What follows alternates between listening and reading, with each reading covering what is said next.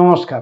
আপনারা দেখছেন আপনাদের প্রিয় স্বাস্থ্য সমৃদ্ধি চ্যানেল। আচ্ছা, আপনি কি কখনো ভেবে দেখেছেন পৃথিবীতে আসার সময় আমরা অনেক কিছু নিয়ে জন্মাই, কিন্তু কোনো ইউজার ম্যানুয়াল নিয়ে কি জন্মাই না? একটি মোবাইল ফোন কিনলে তার সঙ্গে ইউজার ম্যানুয়াল থাকে, অর্থাৎ মোবাইল ফোনটা কিভাবে চালু করতে হয়, কিভাবে বন্ধ করতে হয়, কিভাবে ব্যাটারি পরিবর্তন করতে হয়, কিভাবে চার্জ করতে হয়, সব নিয়ম কানুন লেখা থাকে।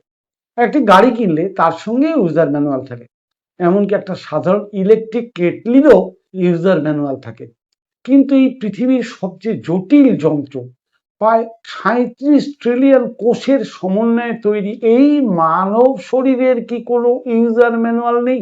যদি না থাকে, তাহলে হাজার হাজার বছর ধরে মানুষ কিভাবে সুস্থভাবে বেঁচেছিল? আর যদি থেকে থাকে, তাহলে প্রশ্ন হলো, আমরা কি সেটা পড়তে ভুলে গিয়েছি? সবাইকে স্বাগত জানাই প্রকৃতির ইউজার ম্যানুয়াল ধারাবাহিকের প্রথম পর্বে। প্রথমেই একটা কথা খুব স্পষ্ট করে বলে নিতে চাই, এই ধারাবাহিকটি কোনো চিকিৎসা পদ্ধতির বিরোধিতা করার জন্য নয়। আমরা কখনোই বলবো না যে রোগ হলে চিকিৎসকের প্রয়োজন নেই। রোগ হলে অবশ্যই যোগ্য চিকিৎসকের পরামর্শ নিন। চিকিৎসা বিজ্ঞানের নিজস্ব গুরুত্ব আছে এবং সমাজে চিকিৎসকেরও ভূমিকা অত্যন্ত মূল্যবান, কিন্তু এই ধারাবাহিকের উদ্দেশ্য কিন্তু সম্পূর্ণ আলাদা। আমাদের স্বাস্থ্য সমৃদ্ধির উদ্দেশ্য রোগের চিকিৎসা শেখানো নয়, বরং এমনভাবে জীবনকে জানতে শেখা যাতে শরীরকে বারবার অসুস্থ হওয়ার প্রয়োজন যতটা সম্ভব কম আসে। আজ থেকে আমরা একটা দীর্ঘ যাত্রা শুরু করছি।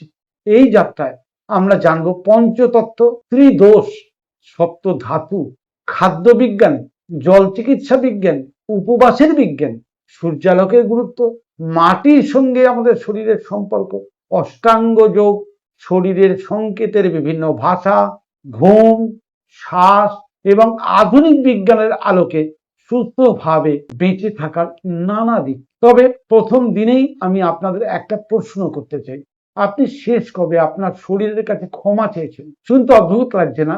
এর সঙ্গে আবার ক্ষমা চাওয়ার কি সম্পর্ক? একবার ভেবে দেখুন তো, গত 10 বছরে আপনি কতবার আপনার শরীরকে জিজ্ঞাসা করেছেন তুমি কেমন আছো? ক্ষুধা না লাগলেও কিন্তু আমরা খাই, ঘুম না হয়েও আমরা জেগে থাকি, শরীর ক্লান্ত হলেও আমরা তাকে বিশ্রাম দিই না, তৃষ্ণা লাগলেও আমরা জল খাই না। শরীর যখন সাহায্যের জন্য ছোট সংকেত পাঠায়, তখন আমরা তাকে গুরুত্বই দিই না। আর যখন সে চিৎকার করে বলে ওঠে আমি আর পারছি না, তখন আমরা বলি আমি অসুস্থ হয়ে গেছি। হয়তো শরীর আমাদেরকে অসুস্থ করতেই চায় না, হয়তো সে আমাদের বাঁচিয়ে রাখার জন্য প্রতিদিন লড়াই করে যাচ্ছে। একটি উদাহরণ দিই, আপনি যদি একটা গাড়িতে ডিজেলের পরিবর্তে জল ভরে দেন, তাহলে কিন্তু সেটা নষ্ট হয়ে যাবে। আপনি কি তখন বলবেন যে গাড়িটি খারাপ? অবশ্যই না। আপনি বলবেন আমি তাকে তার উপযুক্ত খাবারটি দিইনি, তাই গাড়িটি খারাপ হয়ে গেছে। তাহলে প্রশ্ন হচ্ছে, আমরা কি আমাদের শরীরকে তার উপযুক্ত পরিবেশ, উপযুক্ত খাদ্য, উপযুক্ত বিশ্রাম এবং উপযুক্ত ব্যবহার দিচ্ছি কি? এই ধারাবাহিকটির প্রতিটি পর্বে আমরা একটি করে প্রশ্নের উত্তর খুঁজব। আমরা বিশ্বাস করি না যে কোনো একটা খাবার বা কোনো একটা ব্যায়াম বা কোনো একটা ওষুধ সমস্ত সমস্যার সমাধান করতে পারে, বরং আমরা বিশ্বাস করি সুস্থতা একটা জীবন পদ্ধতি। আজ আমি আপনাদের সঙ্গে একটা ধারাবাহিকের 10টি মূল মন্ত্র ভাগ করে নিতে চাই। প্রথমত, আমাদের খাদ্যের অত্যন্ত একটা বড় অংশ যেন প্রকৃতির কাছাকাছি থাকে, যেমন ফল ও বিভিন্ন সবজি। দ্বিতীয়ত, কখনোই অতিরিক্ত আহার করা উচিত নয়। ক্ষুধা মেটানোর জন্য খাওয়া, পেটকে কষ্ট দেওয়ার জন্য নয়। আরো ভালোভাবে বলতে গেলে বলতে হয় বাঁচার জন্য খান, খাওয়ার জন্য বাঁচা নয়। খাওয়ার জন্য বাঁচলে বেশি দিন খেতে পারবেন না, আর বাঁচার জন্য খেলে অনেক দিন খেতে পারবেন। তৃতীয়ত, আমাদের খাদ্য এমন হওয়া উচিত যা শরীরকে পর্যাপ্ত জল ও পুষ্টি পেতে সাহায্য করে।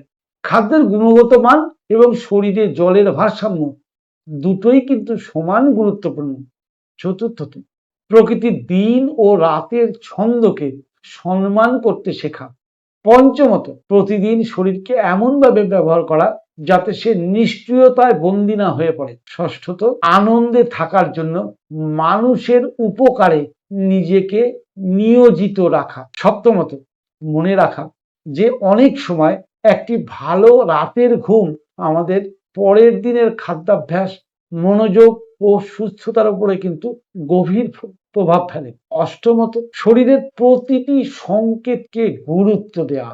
নবম, প্রকৃতির নিয়মের সঙ্গে যতটা সম্ভব সামঞ্জস্য রেখে জীবনযাপনের চেষ্টা করা। আর দশম ও শেষ কথা হলো, রোগ হলে চিকিৎসা নিন, কিন্তু সুস্থ থাকতে নিজের শরীরকে শিখুন। কারণ রোগ নয়, রোগের কারণ যতক্ষণ দূর না করবেন, যতই চিকিৎসা করুন, রোগ আবার ঘুরে আসবে। কারণ যে কারণে রোগ হচ্ছে, সেই কারণ তো আপনি ভুল শিক্ষাই আপনাকে রোগ সৃষ্টি করতে বাধ্য করেছে। তাহলে আপনি ভালো করে বুঝে নিন যে রোগ হলে চিকিৎসা করা সেটা আলাদা বিষয়, কিন্তু কেন রোগ হলো, তাহলে এর জন্য আপনাকে প্রকৃতির যে ইউজার ম্যানুয়াল, সেই ইউজার ম্যানুয়াল সম্বন্ধে জানতে হবে। সেখানেই লেখা আছে কি করলে আপনি আর অসুস্থ হবেনই না। আজকের পর্বের শেষে আমি আপনাদের একটা ছোট্ট অনুশীলন দিয়ে যেতে চাই। আজ রাতে ঘুমানোর আগে 5 মিনিট সময় নিন। কোনো মোবাইল ফোন নয়, কোনো টেলিভিশন নয়, শুধু নিজেকে 3টি প্রশ্ন করুন। আজ আমার সত্যিই ক্ষুধা লেগেছিল? আজ আমি আমার শরীরের কথা কি শুনেছি? আজ আমি আমার শরীরের জন্য কি করেছি? হয়তো এই 3টি প্রশ্ন আপনার সুস্থতার নতুন যাত্রার শুরু হতে পারে। আগামী পর্বে আমরা জানবো যে প্রকৃতির ইউজার ম্যানুয়াল বলতে আমরা আসলে কি বুঝি। এটি কি নিজের চিকিৎসা করা, নাকি নিজের শরীরের প্রথম অভিভাবক হয়ে ওঠা? সেই আলোচনাতে আমরা প্রবেশ করব এই ধারাবাহিকের প্রকৃত দরজায়। সুস্থ থাকুন, সচেতন থাকুন এবং মনে রাখুন, ডাক্তার আপনার রোগের চিকিৎসা করতে পারেন, কিন্তু আপনার শরীরের প্রতিদিনের যত্ন নেওয়ার প্রথম দায়িত্ব কিন্তু আপনার নিজের। যদি আজকের ভিডিওটা ভালো লেগে থাকে, অবশ্যই যারা নতুন দেখলেন, এই ধারাবাহিকের কোনো পর্ব যেন মিস না হয়, তার জন্য চ্যানেলটিকে সাবস্ক্রাইব করে নিন। আর আগামী পর্বে আবার দেখা হবে। হ্যাঁ, সপ্তাহে অবশ্যই আমি একটা করে পর্ব দেব।